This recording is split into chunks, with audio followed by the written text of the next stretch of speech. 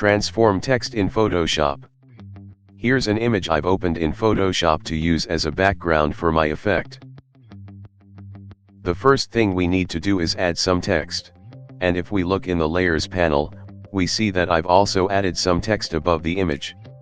I'll turn it on by clicking the Type Layers visibility icon.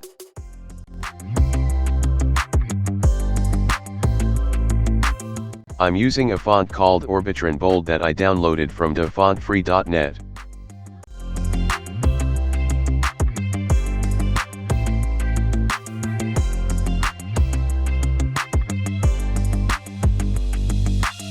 To get to it, I'll go up to the Edit menu in the menu bar and I'll choose Transform. This is where we find all of Photoshop's various transformation commands. Take note, while we can access things like Scale, Rotate, Skew, and even Warp, the two most interesting options Distort and Perspective are grayed out. The reason is that Photoshop won't allow us to use Distort or Perspective with a type layer. Before we can add a 3D perspective to the text, first we need to convert the type layer. One thing we could do is rasterize the text, which means converting the type into pixels. And we could do that in the Layers panel by right-clicking directly on the type layer, and then choose Rasterize Type from the menu. Another option found under the same menu is Convert to Shape. The benefit that a shape has over pixels is that we can transform a shape as much as we want without any loss in quality. But we'd still have a problem because we'd still lose the ability to edit our text. Third option is to convert our text into a smart object, by choosing Convert to Smart Object from the menu. Photoshop converts the type layer into a smart object, and we know that by the smart object icon in the lower right of the thumbnail. Smart objects are non-destructive, so we can transform them as much as we want without any loss in quality. But before we learn how to do that, let's look at how to use the Distort and Perspective commands with our smart object. Got to the Edit menu and I'll again choose Transform.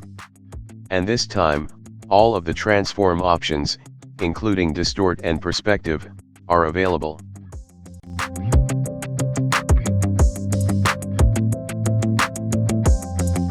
The Distort command lets us click and drag any of the corner handles around the text independently of each other.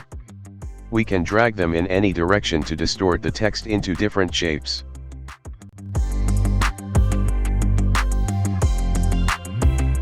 Undo the Distort command without making any changes, by pressing the Ctrl+Z key several times on the keyboard. And now it's back to the original shape of the text. What we will do is similar to the scrolling text we see at the beginning of the movie Star Wars, titling back towards the horizon. We could do that with the Distort command, but the Perspective command will make it easier. To select it, go back up to the Edit menu, choose Transform, and then choose Perspective.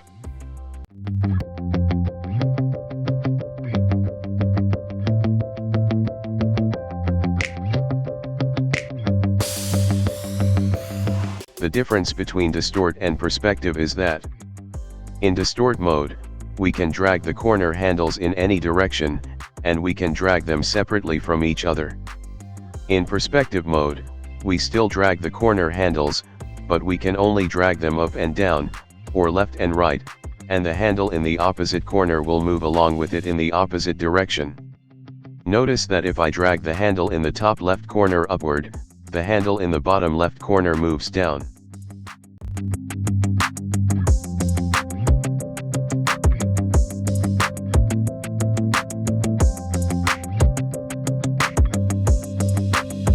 Go to the Edit menu, and choose Undo, or by pressing Ctrl+Z.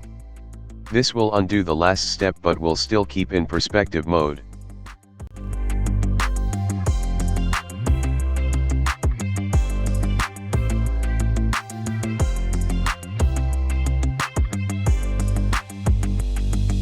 To make the text look like it's tilting backwards, I'll click on the same handle in the top left, but this time, I'll drag it inward towards the right. And because we're in Perspective mode, the opposite handle in the top right moves inward as well. Stretch the text vertically so it takes up more space along the bottom. To do that, we need to switch from the perspective command to the scale command. You can quickly switch between transform commands by right-clicking anywhere inside the document and choosing a different option from the list. I'll choose scale.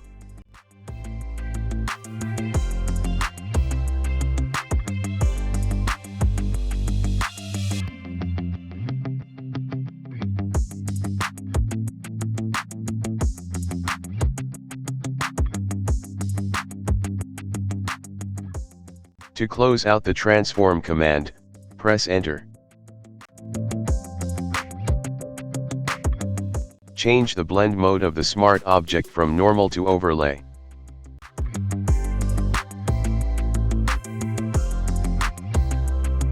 This blends the text in with the image. Add outer glow to the text by clicking the layer styles icon and choosing outer glow. In the layer style dialog box, change the blend mode to screen, opacity to 50%. In the elements, change the size to 60 pixel.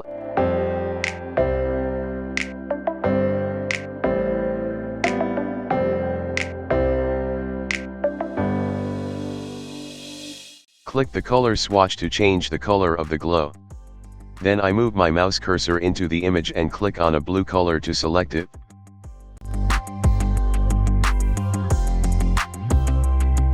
Click OK.